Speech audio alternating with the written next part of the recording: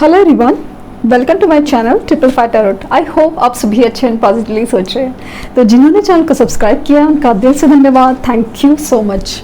तो रीडिंग है current energies के लिए, करंट फीलिंग्स के लिए कि आपके पर्सन नहीं सॉरी ये रीडिंग इसलिए हो रही थी, मैं पता नहीं टॉपिक क्यों भूल गई कि जिनसे आप बहुत ज़्यादा प्यार करते हो, जिनके बारे में आप सोच रहे हो, क्रश सिचुएशन हो सकती है, मैरिड, जो भी सिचुएशन है, जिनके बारे में आप सोच रहे हो, जिनकी वजह से आप रीडिंग्स देख रहे हो, तो उनकी पर्सनालिटी कैसी है वो जानने की कोशिश। ये रीडिंग बेसिकली ना उनके बारे में इसके लिए जानना है कि क्या फेज़ में है, क्या चल रहा है, कैसी टाइप की पर्सनालिटी है। तो इसलिए उनके बारे में जानने को आपको मौका मिलता है कि ये अगर ये पर्सनालिटी ऐसी ही टाइप की है तो उनका बिहेवियर काफ़ी हद तक चेंज होगा या नहीं होगा, ये सारी बातें शायद पता चल सकती है। मतलब कुछ, क्योंकि ये जनरल रीडिंग है, कलेक्टिव है, इसलिए कुछ चीज़ों की वजह से आपको एक पता चल सकता है कि हाँ ये सिचुएशन हो रही है तो आगे जाके पॉसिबिलिटीज़ कितनी है। तो देखते हैं इनकी पर्सनालिटीज़।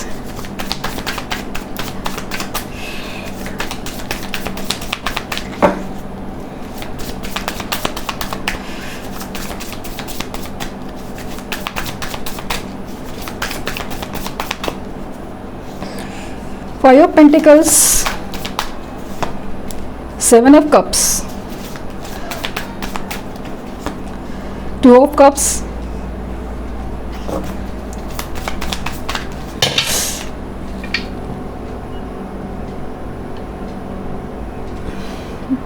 Two of Cups के बाद गिर गया तो कहना चाहते हैं दिस इज सिंग। Eight of Pentacles, King of Cups,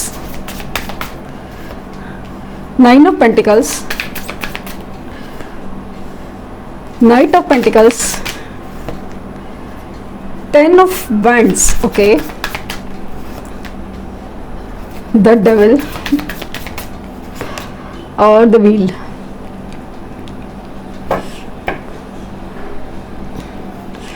Six of Sword और नीचे है मून। तो इनके बारे में अगर बात करें कैसे पर्सनालिटी तो सबसे बड़ी चीज़ लग रहा है कि कुछ केसेस में ही ऐसा नेगेटिव है, बट अदरवाइज बहुत ज़्यादा पॉजिटिव वाइब्स है, जहाँ पे वो आपके सोलमेट्स है, सोलमेट है, तो उनको वो चीज़ पता नहीं है। ये चीज़ मतलब मुझे इस रीडिंग में दिख रही है कि इनकी पर्सनालिटी है ना जो होनी चाहिए, एक सोलमेट की होनी चाहिए, एग्जैक्टली अभी अपोजिट दिख रही है। ये कंफ्यूज है, ऑप्शंस ढूंढ रहे हैं, अपनी ही हालात पे रोए जा रहे हैं। जो भी सिचुएशन है मुझे स्ट्रांगली फील हो रहा है या तो ये पर्सन फाइनेंशियल क्राइसिस या फाइनेंशियल प्रॉब्लम से गुजर रहे हैं, या तो पर्सन है कि किसी रीज़न से, किसी कार्मिक सिचुएशन से डील करे और उसमें वो जो उनको ट्रिगर मिला है, जो उनको झटका लगा है, उसकी वजह से बहुत ज़्यादा दुखी, कंफ्यूज और शांत हो गए, लाइक शांत एकदम। अभी इनको दिख रहा है कि लग चेंज हो रहा है, नसीब चेंज हो रहा है, बट ये अपने आप को चेंज करने में काफ़ी ज़्यादा काफ़ी कम माहिर है, ये मुझे दिख रहा है। ये अपनी एक हैबिट से, कार्मिक पैटर्न से उसको तोड़ना इतना इजीली जानते नहीं, इसीलिए तो वो आपकी ज़रूरत है। आपको आपकी ज़रूरत उनकी ज़िंदगी में इसलिए है, यूनिवर्स ने जैसे आप लोग को मिलाया है उनकी लाइफ में, इसीलिए खड़ा किया है या संभाला हुआ है, क्योंकि इनकी कार्मिक पैटर्न्स बदलनी है। कुछ कर्मा है, कुछ कार्मिक पैटर्न से रिलीज करना उनकी लाइफ से ज़रूरी था, इसीलिए आप उनके लाइफ में हो। इनको ये लेकिन समझ में नहीं आता, ये बिहेव एग्जैक्टली उल्टा करते हैं।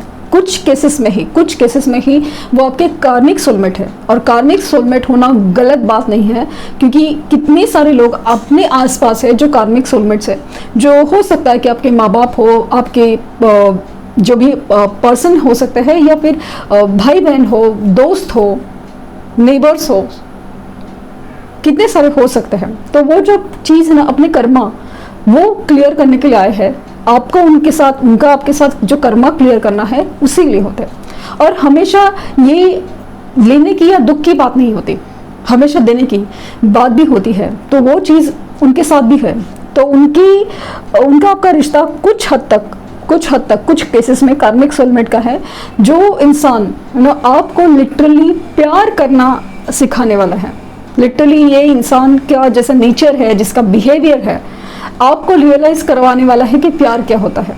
इनकी हदें, इनकी इनकी आदतें, इनकी बिहेवियर ऐसा है कि आपको ना समझ में नहीं आता, आप कंफ्यूज हो जाते हैं, आपका जिसे भरोसा ही उठ जाता है प्यार से, ऊपर से यूनिवर्स के ऊपर से। और उस वजह से आपको रियलाइज होगा कि सच्चा प्यार क्या होता है, और ख़ास करके आप अपने आप को जानने वाले हो। ये इंसान का बिहेवियर, मतलब इसका पर्सनालिटी है ना, एक अजीब, एक इसमें एक ना जादू है, एक नशा है, एक अजीब सा डबल पैटर्न है, एक अजीब सा आपको ना खिंचाव फील होता है, सिर्फ सोल कनेक्शन नहीं, एक इसमें ना एक बहुत ज़्यादा अट्रैक्शन भी है। चांसेस आर देयर कि उनकी बर्थ डेट 4, 13 या फिर 22 होने के चांसेस मुझे बहुत ज़्यादा लगते हैं, बहुत ज़्यादा। तो वो इंसान है ना, बेसिकली आपके कर्मा का बंधन के लिए होता है, आपको रियलाइज नहीं होता, उनको रियलाइज नहीं होता, बट ये इंसान में एक अजीब सा नशा है जिसकी वजह से आप खींचे चले जाते हो। लेकिन इस इंसान की वजह से आप अपने आप को भी जानने शुरू कर सकते हो। एक अजीब सा अपने ग्रोथ फील होगा कि जितना वो इंसान आपको तकलीफ दे रहा है, हर बात पे आप एक अलग ही मकाम खड़े कर देते हो, आप अलग ही बन सकते हो। ये पर्सन बहुत ही ज़्यादा ना काम में बिजी वर्कहॉलिक हो सकते हैं, क्योंकि इनके पैटर्न ऐसे है ना, मुझे फील हो रहा है कि ये अपनी कोई चॉइसेस की वजह से, अपनी कोई जिम्मेदारी की वजह से, कोई डिसीजंस की वजह से हमेशा तकलीफ में आएंगे। मतलब उनको जब डिसीजंस लेंगे या फिर जैसे फील होगा ना, तो बहुत ज़्यादा ऐसा लगे कि हाँ यार, सब ये सही है, ये सही है, ऐसा ही करना चाहिए। बट वेरी सुन उनको ना रियलाइज होता है कि कुछ तो गड़बड़ है, कुछ नहीं हो पा रहा है, कुछ मतलब फिर अपना ना ध्यान उस चीज़ से हटा देते हैं। तो वो चीज़ उनको मतलब ना बहुत कंफ्यूजिंग पर्सनालिटी है, सीरियसनेस नहीं है, वो बहुत ज़्यादा फील हो रहा है कि अपनी सोच, अपनी पसंद, अपनी डिसीजंस, मतलब आज अगर उनको ये चाहिए ना, उसके ऊपर इतना फोकस होते हैं। आज अगर काम पे फोकस होना है, पैसे के ऊपर फोकस होना है, तो इतना फोकस कि आपको लगेगा कि इंसान मतलब आप इनको जानते भी हैं क्या, ऐसी वाली पर्सनैलिटी होगी। और दूसरे पल में आपके लिए इतना ऑब्सेशन होगा, इतना मतलब ठहराव होगा, इतना मतलब प्यार से, इतना एकदम ना ऑब्सेशनली बात करेंगे कि जिस तरह से आपको फील होगा कि दिस इज़ द बेस्ट, मतलब ये इंसान ही चाहिए वाली फीलिंग होगी कि एकदम टूट के प्यार करेंगे, तो कभी ऐसी बातें करेंगे और फिर अचानक से खामोश ऐसे है। और खास करके अपनी फीलिंग्स है ना, अगर इनकी मुंह से बुलवाना हो, सॉरी हो या फिर आई लव यू हो, मुश्किल। कुछ हद तक ईगो का सवाल है, बट कुछ हद तक ना, खास करके जब आई लव यू बोलने की बात आती है या फिर कुछ बोलने की बात आती है ना, लिख के देंगे, सब कुछ करेंगे, बट इनकी ना आंखों में दिखता है प्यार, इनकी बोली में, या मतलब आपकी तरफ ना खास करके ऐसा बोलने में कम है उनका प्यार। शायद किसी और को बोल दे फटाक से, क्योंकि वो उनके कार्मिक सोलमेट्स हो सकते हैं, बट आपके लिए कनेक्शन काफ़ी ज़्यादा, मतलब आपको रुलाने के लिए हो। बट इसका कारण नहीं है कि बस ज़िंदगी में आपको रुलाना ही उनका मकसद है, ऐसा नहीं है। और ये जानबूझ के नहीं कर रहे, उनको पता भी नहीं है ये सब क्यों होता है, कैसे होता है। वो भी घूम फिर के आपके पास ही आ जाते हैं, भले कितने वक्त के साथ ही आ जाए, कितने वक्त के बाद ही आ जाए, बट इनका भी आपकी तरफ उतना ही एक अलग ही डेस्टाइन कनेक्शन आपको फील करवाते हैं। खास करके अपने लाइफ में जब भी वो प्रॉब्लम में होते हैं, या फिर किसी जब सच्चा प्यार ढूंढ रहे हो या फिर सच्ची बात करना चाहते हो, तो वो हमेशा आपको ही प्रेफर करते हैं। अदरवाइज वो किसी को इतना सीरियसली लेते हैं। हाँ, कि उनके लाइफ में रिश्ते हैं, सब कुछ है, लेकिन वो सिर्फ ऐसे जिम्मेदारियां हैं, और वो इंसान जिम्मेदारी के बोझ चले दबा हुआ है। लाइक पेरेंट्स है, उनकी वजह से अगर उन्होंने डिसीजन लिया है आपसे अलग होने का, तो वो बखूबी निभाएंगे, कि दिखाएंगे नहीं कि उनको तकलीफ है, बट वो बोझा उठा के चलेंगे। हर चीज़ ऐसा लग रहा है ना कि बहुत मतलब अपनी जिम्मेदारी है, मजबूरी है, उनको पहला प्रेफरेंस, और आपका प्रेफरेंस बाद में आता है। आप बाद में आते हो, हर बार आप बाद में आते हो, वो इसलिए है क्योंकि इनका नेचर ही ऐसा है, उनको रियलाइजेशन ही नहीं है कि ये कनेक्शंस क्या है और आप कितने खास हो। तो और काफ़ी हद तक ना आपकी वजह से भी ऐसा सब हुआ है, क्योंकि आपने इनका एक ऐसा जादू है ना जिसकी वजह से आप हमेशा झुक जाते हो, आप ही खींचे चले जाते हो। तो उनको क्या है ना, उनको पता है, उनका यकीन है कि आप घूम फिर के आप ही यहीं आना है। आपको भी वो कभी भी मना सकते हैं, कभी समझा सकते हैं, मतलब आपको बातों में उलझा सकते हैं किसी भी तरह से। तो वो चीज़ उनको पता है कि आपको कैसे पाना है वापस, या आपको कैसे मनाना है। तो वो जो एक आपका कंट्रोल, मतलब उनके ऊपर आपका कंट्रोल नहीं है, लेकिन आपके ऊपर उनका कंट्रोल बहुत ज़्यादा है, बहुत ज़्यादा। एक डेविलिश क्वालिटी है उनमें, तो वो मुझे बहुत ज़्यादा दिख रही है। तो उसकी वजह से, और ख़ास करके ना अगर डिसीजन मेकिंग आपकी तरफ हो तो भाई टाइम ही टाइम है, बस फुर्सत है इंसान के पास। क्योंकि वो डिसीजन मतलब ऐसा है कि आप थक हार के ऐसे बैठ जाओगे, मतलब परेशान हो जाओगे।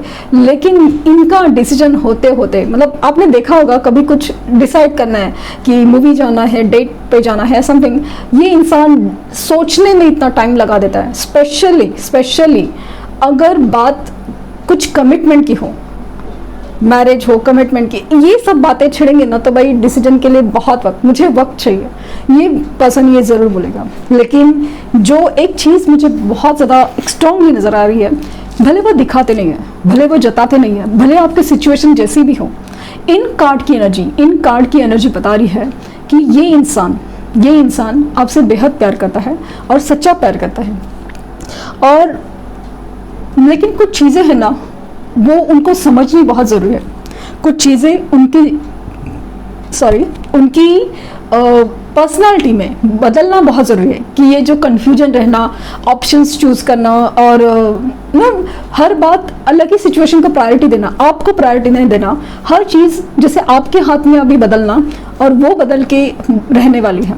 ये मुझे बहुत ज़्यादा स्ट्रांगली, इनकी पर्सनालिटी ऐसी है ना कि ये थोड़ा ना हवा का रूप जैसा है, स्थिर नहीं है, बहुत ज़्यादा स्टेबल नहीं है। उनको मुझे स्ट्रांगली दिख रहा है कि ये ना इनके साथ पहले कुछ हुआ है, लाइक पास्ट लाइफ कनेक्शंस हो, या पास्ट कनेक्शंस की वजह से जिनकी साथ रिश्ते हो, या फिर बचपन में कैसा कुछ हुआ है जिसकी वजह से इनकी पर्सनालिटी में ना ऐसा कुछ डर है, जो जिसकी वजह से ना ओपन अप नहीं हो पाते, किसी पे जल्दी विश्वास नहीं कर पाते।